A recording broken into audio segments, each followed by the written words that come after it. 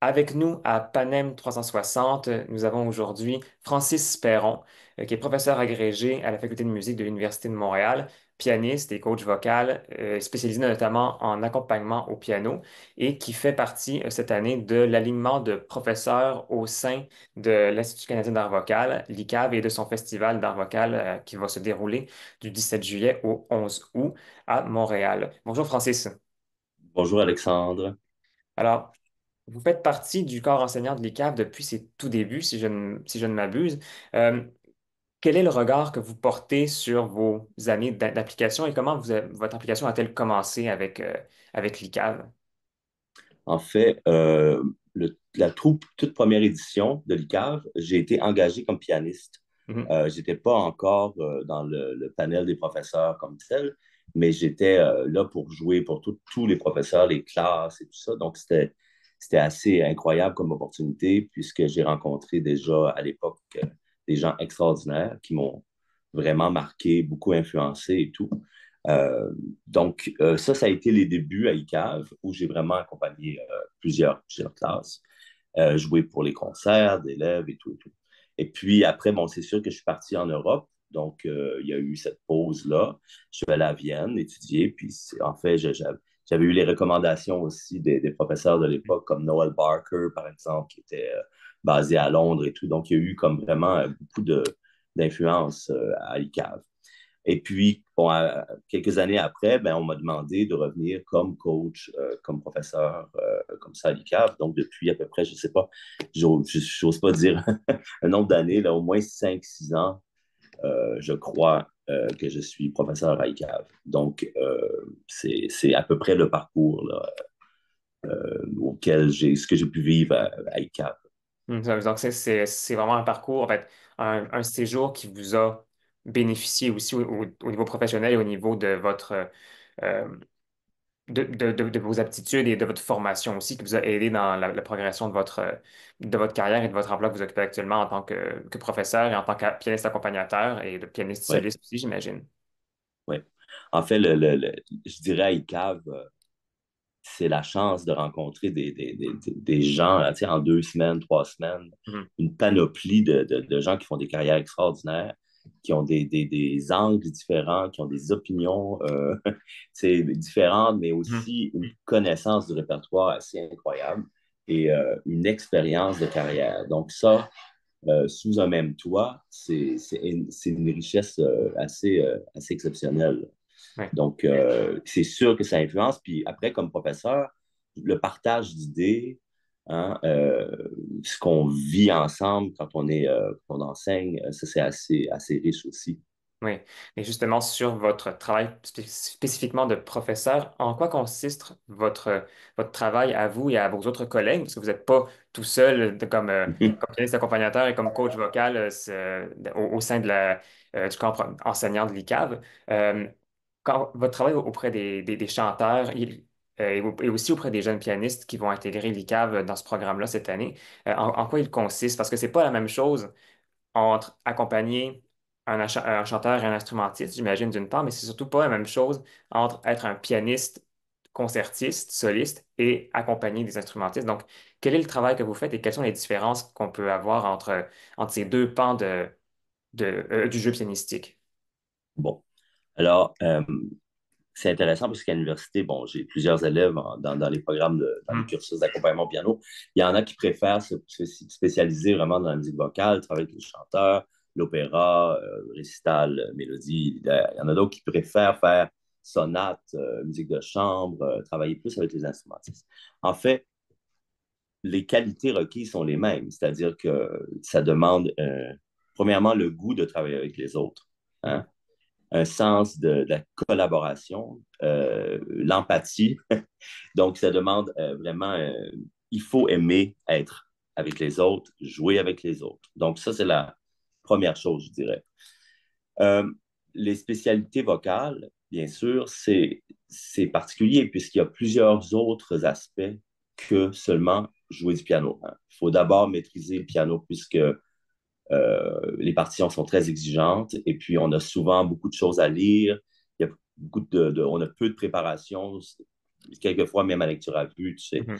Donc, il faut des connaissances, une technique pianistique très développée, très solide. Mhm. Et puis, bien, la reconnaissance du répertoire, hein, le théâtre, les livrets, les langues, euh, des aspects de technique vocale, bien sûr, même si on n'est pas des professeurs de chant, on doit être sensible, hein, à la réalité du chant Mhm. et sentir aussi, comme je dis, la respiration, ces choses-là. Donc, c'est très empathique.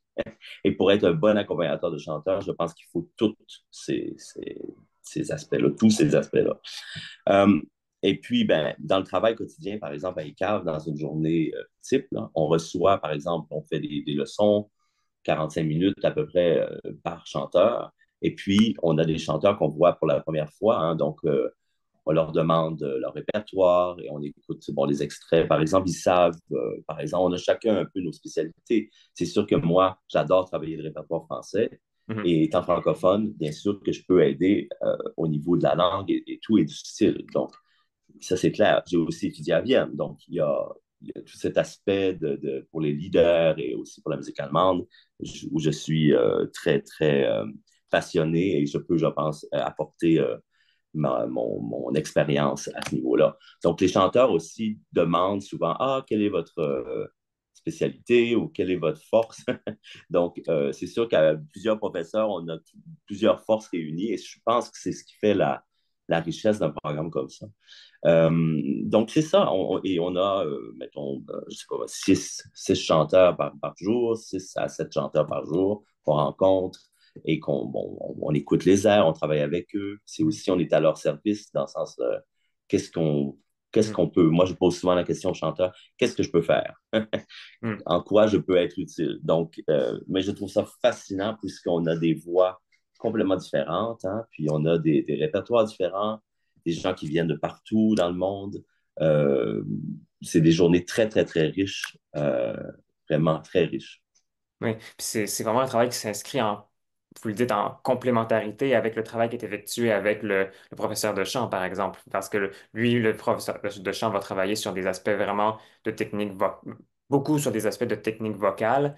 Un pianiste accompagnateur va travailler sur, oui, des aspects de technique vocale un peu, mais sur vraiment une musicalité plus pointue et comment faire adjoindre la voix avec l'accompagnement. Est-ce que c'est un peu ça le, Ouais, oui, en fait, il y a plusieurs types plusieurs aspects?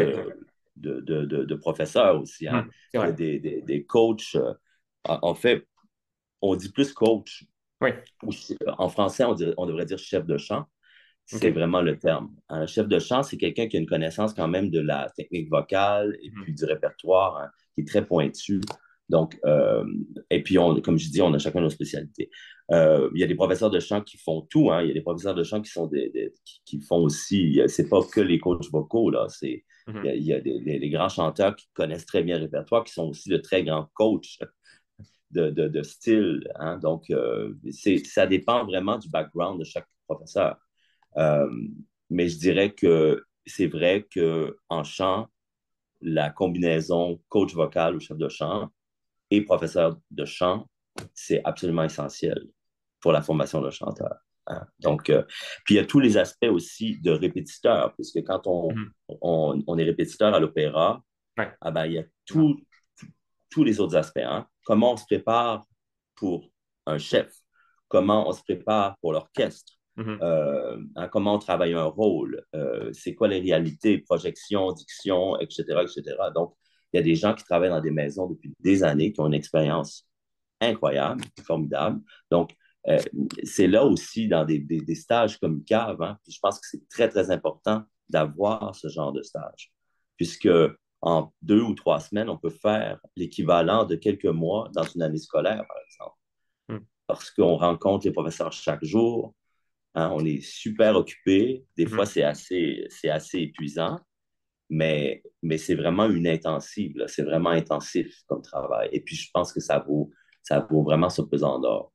Oui, puis c'est vraiment de travailler, comme vous le dites, autant avec du répertoire plus de mélodies, puis du répertoire plus soliste de chambre, entre guillemets, et vraiment du répertoire d'opéra avec ce qu'on appelle de la réduction pour orchestre, qu'un accompagnateur interprète au piano et qui doit vraiment se préparer pour vraiment s'adjoindre aussi avec ce que le chef qui va diriger veut créer comme atmosphère et veut créer comme interprétation de l'œuvre auprès des chanteurs également.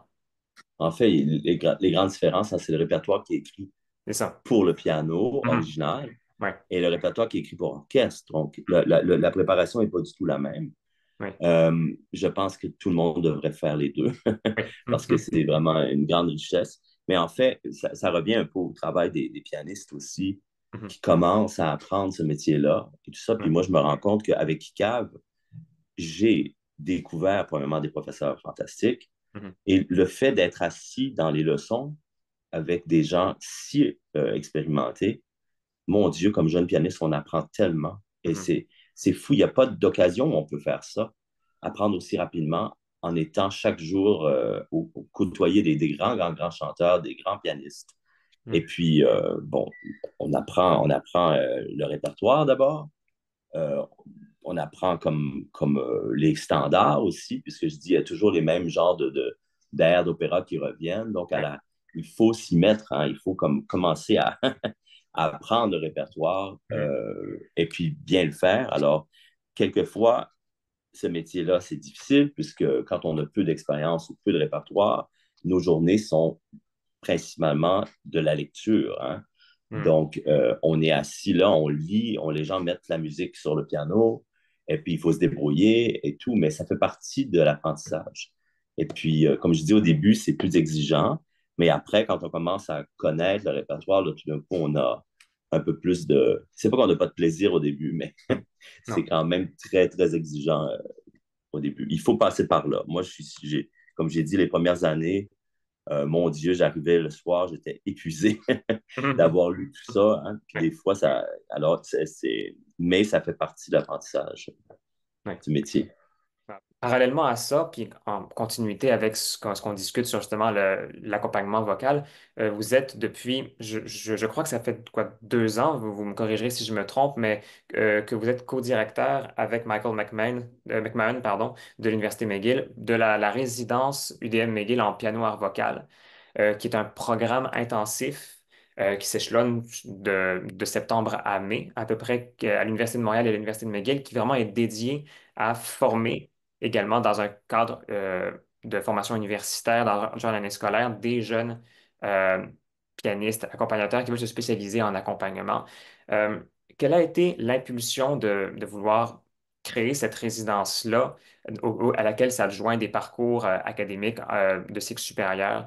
Est-ce qu'il y avait un manque à gagner, vous trouvez, en termes de formation? Quelle a été la bougie d'allumage et la raison pour laquelle vous considériez que c'était important d'avoir un tel programme?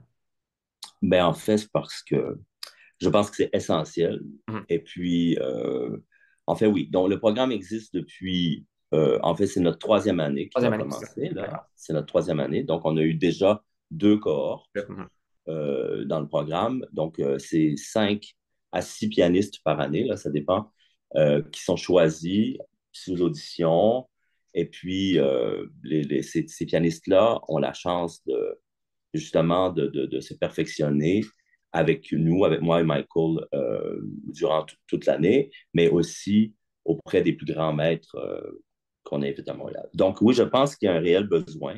Il y a déjà beaucoup de choses qui est fait à Montréal. Là. Il ne faut Mhm. pas penser que tout d'un Non, non, coup, non. c'est juste que l'ampleur, l'envergure de ce programme-là, quand même, est assez exceptionnelle. C'est une idée qu'on a eue, vraiment, on s'est dit, on va travailler ensemble, puisque je pense que les forces des 2 écoles sont mises en valeur dans Mhm. ce programme-là. Alors, alors oui, on a rêvé et puis on a obtenu, bien sûr, un don qui nous a permis de mettre ce programme-là sur pied, un don de la Fondation Azrieli. Donc, ce qui fait qu'on peut inviter les plus grands coachs, vocaux, pianistes et tout, chanteurs à Montréal pour travailler en résidence hein, de 7 à 10 jours à chaque Mhm. fois avec nos pianistes. Donc, on a eu des gens comme Helmut Deutsch, Wolfram Rieger, euh, François Leroux, bien sûr, Mhm. Pierre Vallet. En fait, je veux pas en oublier, donc je les nommerai pas toutes. Mais, euh, mais c'est ça. Donc, c'est vraiment assez exceptionnel puisqu'on peut les avoir avec nous longtemps. Et puis, les jeunes ont des cours chaque jour, hein, des cours privés. En fait, c'est toujours des cours de groupe, mais pour eux. Mhm. Et puis, il y a aussi les masterclass publiques dans les deux écoles, et puis des résidents dans les deux écoles qui font partie des activités de la résidence. Donc, ça amène une espèce de standard très, très élevé. Et puis, c'est quand même incroyable pour les jeunes de pouvoir rencontrer toutes ces personnalités dans une année. Hein? Puisque, bon, comme je disais, on a tous voyagé beaucoup pour aller rencontrer les maîtres. Mais nous, ce qu'on fait, c'est qu'on fait voyager les maîtres Mhm. justement pour faire ça. Et euh, notre but, c'est de leur donner un spectre de connaissances très, très large. Mhm. C'est-à-dire qu'on invite des gens comme James Bond, qui est le head coach de la Scala, Mhm. euh, et pour travailler l'opéra, Mhm. les gens vont travailler de la mélodie, du lead, comme je dis, la mélodie anglaise, la mélodie américaine. On essaie de vraiment varier et de leur donner une expérience assez globale, plus tout ce qu'on a dans nos écoles, hein, c'est-à-dire les ateliers d'opéra, les cours, déjà les séminaires qu'on enseigne. Donc, ils ont accès à tout. Mhm. Et aussi les cours de diction lyrique, puisque j'ai parlé des compétences transversales tout à l'heure, Mhm. mais les Ouais. cours de diction lyrique spécialisés et donnés seulement pour ces pianistes. Mhm. Hein, ils ont les cours en anglais, français, allemand, italien, et ils ont plusieurs heures avec un spécialiste de diction lyrique pour les pianistes. Donc, ça, c'est assez exceptionnel aussi. Mais en fait, oui, c'est un programme, je pense, qui répond à un besoin énorme de formation. Et puis, je peux vous dire qu'on a quand même eu des candidats assez exceptionnels. Et après aussi, leur réseau de contacts s'est Ouais. tellement développé Ah oui. puisqu'ils ont des contacts partout. Hein? Après, à cause des grands maîtres, Mhm. grâce aux grands maîtres. Donc, c'est ça. Euh, voilà, je pense que c'est un programme très riche. D'ailleurs, je pense qu'il y a deux candidats de la résidence qui sont Mhm. dans les pianistes à ICAV cette année, si je ne me C'est trompe ça, pas. donc, c'est ça. Donc, vraiment, il y a aussi un maillage qui se fait entre ces institutions-là puis entre ces programmes-là aussi, donc qui permet encore le Oui, développement du réseau puis le, le fait de parfaire ses connaissances et ses capacités. oui, c'est ça. Donc, écoutez, Francis, merci beaucoup. Ça donne un bel horizon puis un bel aperçu de ce qu'un pianiste accompagnateur fait à l'ICAV d'une façon très intense et de façon soutenue.